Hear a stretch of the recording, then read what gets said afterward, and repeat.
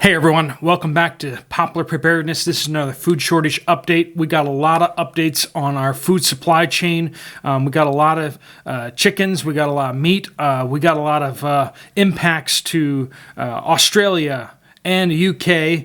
And of course, we have our self-sufficiency tip of the day, which is going to be about how to feed your chickens from stuff you grow on your own property. So hang on, and we are going to jump into it.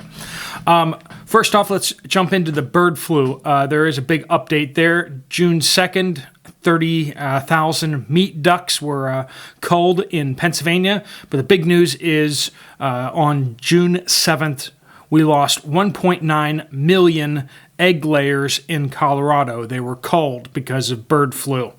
So that is a huge additional impact there. No word yet on how many PCR tests came back on that, whether it was just one once again or whether there is more to that. But that's definitely going to have another blow to the food supply chain, particularly with the eggs. All right. Additionally, JBS Meat packing plant in Green Bay, Wisconsin. They had a fire there. The firefighters were able to save the building, however. J.P. Stevens plastic manufacturing plant burned up in Rockingham, North Carolina. The building was completely destroyed. Massery, Ohio, industrial fire. Major machinery destroyed, as they say it's going to cost over $600,000 to replace the machinery that was destroyed. The fire crews were able to save the building, the rest of the building. It will take a while for that to get back up and running, though. Martelli Enterprises in Florida, their building burned. They were in the textile business. Houston Oil Refinery, which I had previously reported on as being scheduled for being taken offline in 2023. Now, this is a major plant, and it produces 200,000 barrels per day. It processes 200,000 barrels of oil per day into all the different components and such like that. But they are now reporting that if there are any major issues with the plant, they're going to shut it down immediately. So if there's any kind of major machinery that goes down, they're just going to turn it off. That's 200,000 barrels per day of refining capacity in the United States and Houston, which is a big deal. Southern Pepper One has reported this. I still haven't seen it hit any news sources yet, but he had a worker report to him that all three Winchester ammo plants were closed due to a transformer being down. No word yet if that's back up, but apparently it was a very major transformer since it took down three separate factories.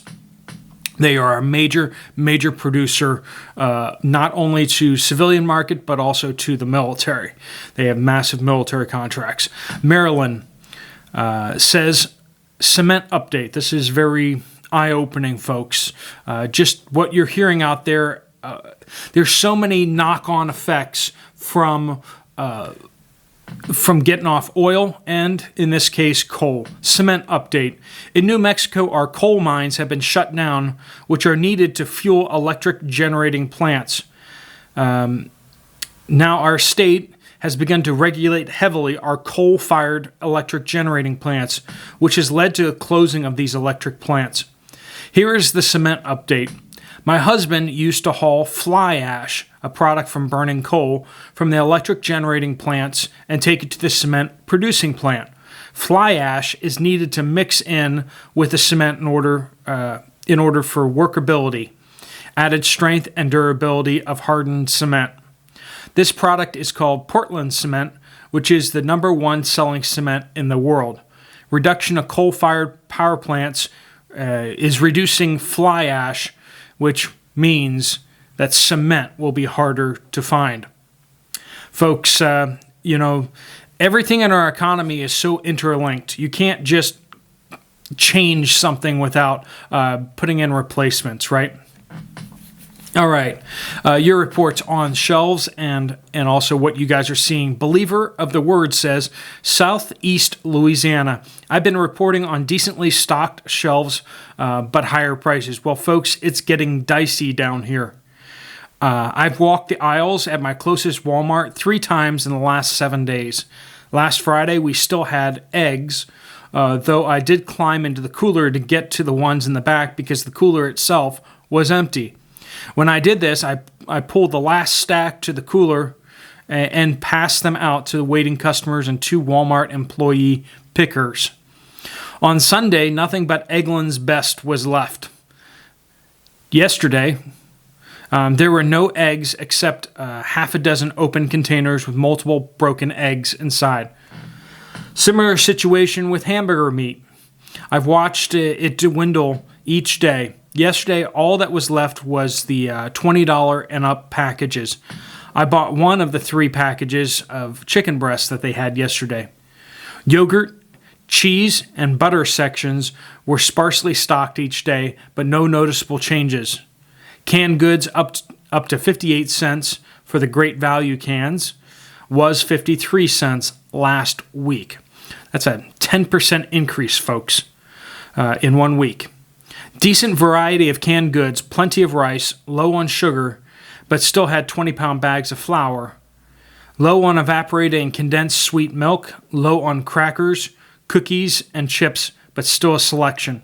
Extremely low on juice boxes, starting to look low on juices. Better selection of pastas, but the shelves were still less than half full. 0 packaged water bottles yesterday. Not even name brand and fancy waters.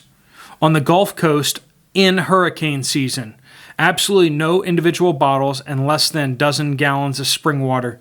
Great Value brand gallon jugs are now $1.18.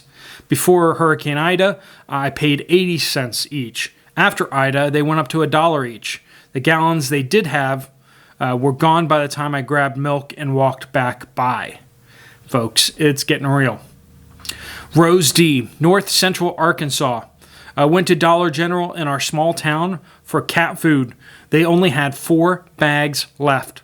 Looked down the aisle and there was no dog food at all. Not dry, not canned. We've had issues with the cat food, but we really hadn't been having as many issues with the dog food, but those seem to be getting worse. Mac M. Local store in my area, Florida. In Florida. The owner was working yesterday, asked her about supplies, if she was getting everything. She said no. There is not a lot of aluminum. I have had a hard time getting beer. I imagine that's due to the aluminum. LT says, Kroger's here in Rochester Hills, Michigan this morning.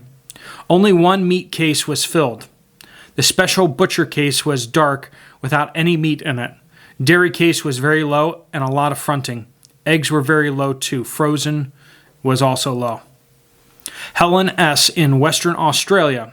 Kentucky Fried Chicken has announced they will be using blended cabbage in their burgers due to the cost of lettuces, currently $10 to $12 a head. Shoppers have filmed 2 women stripping off the outer leaves of lettuce and filling up a trolley. Normally, people will take off a few leaves when they buy lettuce and put them in the bin. Mountain Girl in Eastern Oregon. Walmart. A normally huge section of canned fruit all gone except a few plastic cups. Peanut butter almost all gone. Pickles very low. Flour section is very small. Kleenex and paper plates are very low and very odd. A new display of the small propane canister set up next to the cheese section. Also, many flats of water set up next to the checkout registers. Aaron in UK, just been to local Tesco's. Tinned food goods priced increased massively. No chicken, loo roll, toilet paper, right? Going up and cheaper options being removed from the shelves. Went to McDonald's and saw a sign saying about missing ingredients and staff shortages. If Walmart and McDonald's can't get stuff, that just tells you that there's issues. Danielle M., just a thought regarding water security. If you live in a hurricane zone, don't wait until a day or two before the storm to fill up your tubs or other containers. I found out a few years ago by a pool water tester that the county dumped a ton of decontamination chemicals into the public water supply a day or two prior to the storm without notifying the public. This leads to toxic chemicals being way above allowable limits for health. It never was reported on them by the news. So top off your water preps well in advance and filter tap water just in case. That's important, folks. Apparently, that could be a thing if there's a major storm or a major issue coming in that could put a lot of water potentially into the water system. They might put more chemicals in the system just to make sure it's safe. So do fill up your water containers as early as possible if you know that you're going to need that. Caddis L, Metro Detroit. My local gas station raised prices from $4.98 to $5.20 per gallon overnight. Yikes. Went to Walmart today for spray paint, not much on the shelves. Looked in the pharmacy area for saline nasal spray for my elderly dad. None on the shelf. No idea when it will be in. Went to Michael's craft store. I was the only customer in the place. One person running the register and one person working the floor. At the checkout, the cashier said, it's been this way for a while. More customers come in after 5 p.m., but it's nothing like normal traffic. Interesting. Michael's is the only place out there that apparently all the people that seem to be moving around during the day don't go to. Yeah, if you've been like me, when you go out in the middle of the day on a weekday, you're kind of like, well, everyone's going to be at work. And that's not the case anymore, at least in the United States. Kay says in Murfreesboro, Tennessee, went to Dollar General near my small town. No canned tuna or canned chicken. Spices and seasoning mixes were about half gone. No sugar at all. Cornmeal was all gone. 2 cans of baby formula, lots of holes. I asked the cashier what was going on, and he said everyone is preparing for an apocalypse. Well, everyone should be preparing for an apocalypse. Let's jump into our self-reliance tip of the day, or self-sufficiency tip of the day. If you've been to the feed store recently, you've seen a lot of holes for chicken feed, and the prices are going up like crazy. What are some cheap ways and easy ways to grow your own food for your chickens out there? If it's during the summer, spring, or fall, one of the easiest things to do is go to lettuce or other greens that you can harvest for them, and they will pick through that. You can also spread the wood chips or put down the logs that we've mentioned before, and then let the chickens, once you pull up all the wood chips and stuff like that, there's going to be a lot of bugs underneath there that the chickens can all eat up, which they'll love, which is great for their protein and everything like that. Also, Jerusalem artichokes, or also called sunchokes. You can chop those up, and chickens will usually eat them. They may need to adjust to eating them. At first, they may not like them quite so much. You can cook them up a little bit for them, which they seem to like a little bit better. But Jerusalem artichokes are one of the easiest things to grow, and chickens can and will eat them. Just make sure your girls aren't too picky. Sunflower seeds. You can grow sunflowers relatively easily. And sunflowers are a great survival crop, and of course the chickens love them. Sorghum is another option there that chickens do eat. Corn. If you're growing corn, you don't need to grow high quality corn. You just need corn, and they will eat that, of course, because I mix that in with my feed. Also, if you're buying chicken feed, you do not need layer feed. You can get meat bird feed, and then you can add calcium to it. And that can often be a cheaper option than getting layer feed. So you'll either need to stock up on oyster shells. You can also, if you're not already doing this, you should be, you can feed them back their own eggshells, and they they'll eat those up. So if your birds are not laying yet, you might want to start saving eggshells for all the eggs that you're buying, and then you can just feed those eggshells to them. I know people say you need to bake them and grind them up and everything like that, but in my experience, you can just toss them in there and they'll just eat them like a snack. Also, fruit trees. Fruit trees are a great option too. If you got, I just put in a whole bunch of apple trees, and I have a crab apple tree to pollinate the apple trees, and I got a pear tree, a mulberry tree, all that fruit.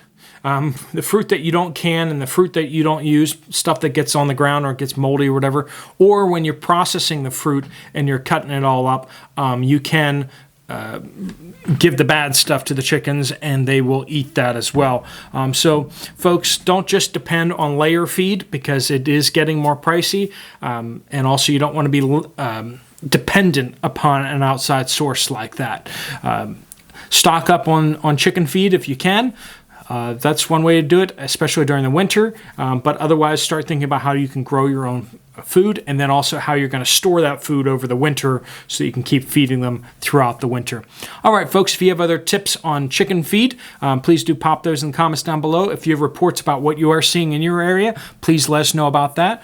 Otherwise, here's a video that you might want to check out. I'll see you over there. Otherwise, Steve Poplar out.